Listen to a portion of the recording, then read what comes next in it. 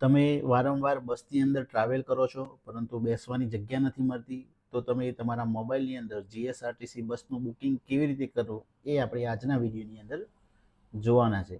તો સૌથી પહેલાં તમારે જીએસઆરટીસીની જે ઓફિશિયલી વેબસાઇટ છે અથવા તો તમે જો એપ્લિકેશન યુઝ કરતા હો તો એપ્લિકેશનની વડે પણ તમે બુકિંગ કરી શકો છો. બંનેનો ઇન્ટરફેસ એક સરખો જ છે. સૌથી પહેલાં આપણે જે સોર્સ આપેલો છે એ આપણે ક્યાંથી બેસવાનું છે એ સ્થળનું નામ અહીંયા આપણે ફિલ કરવાનું રહેશે. પછી ડેસ્ટિનેશન છે એટલે તમારે જ્યાં ઉતરવાનું છે એ ડેસ્ટિનેશન અહીંયા ફિલ કરવાનું રહેશે. પછી તમે કઈ તારીખે ટ્રાવેલ કરવા માગો છો તો એ તારીખ અહીંયા સિલેક્ટ કરી લેવાની રહેશે.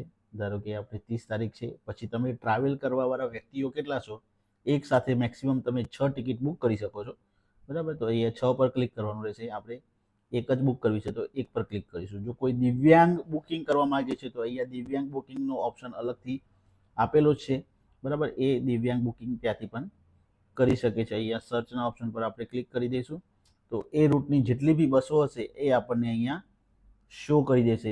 જે બસ ઓલરેડી ફૂલ થઈ ગઈ છે એ નીચે બાજુમાં રાઈટ સાઈડ ફૂલ લખેલું બતાવી દેશે. એની પ્રાઇસ પણ અહીંયા તમે જોઈ શકો છો. જે બસમાં આપણે બુકિંગ કરવાનું છે સ્ક્રોલ ડાઉન કરી લઈશું આપણે નીચે. જે બસમાં તમારે જવાનું છે, જે ટાઈમ પ્રમાણે બસ આવતી હોય એ બસ તમારે સિલેક્ટ કરી લેવાની રહેશે.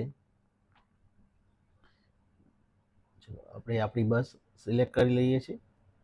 અહીંયા સીટ ઉપર સિલેક્ટ કરશો એટલે અહીંયા તમે જોઈ શકો છો કે આપણે જે સીટમાં બેસવાનું છે એ સીટ છે એ સિલેક્ટ કરવાનો ઓપ્શન આવી ગયો છે. જે ઓલરેડી બુક થઈ ગઈ છે એ તમને બ્લુ કલરની અંદર દેખાય છે. જે ખાલી છે એ વ્હાઇટ કલરની અંદર આપેલી છે. આપણે જે બસ સીટની અંદર બેસવું છે, બરાબર. ધારો કે 27 નંબરની સીટની અંદર આપણે બુકિંગ કરવા માંગીએ છીએ તો એ સિલેક્ટ કરી લઈશું. અહીંયા તમારે તમારું ઈમેલ આઈડી, મોબાઈલ નંબર, નામ, એજ અને જેન્ડર જે હોય સિલેક્ટ કરી લેવાનું રહેશે. બુકના ઓપ્શન પર આપણે બુક કરી દઈશું. અહીંયા તમે જે ડિટેલ્સ ભરી છે, બરાબર, એ ડિટેલ્સ અહીંયા શો કરી દેશે. હવે પેમેન્ટ કરવાનું છે આપણે.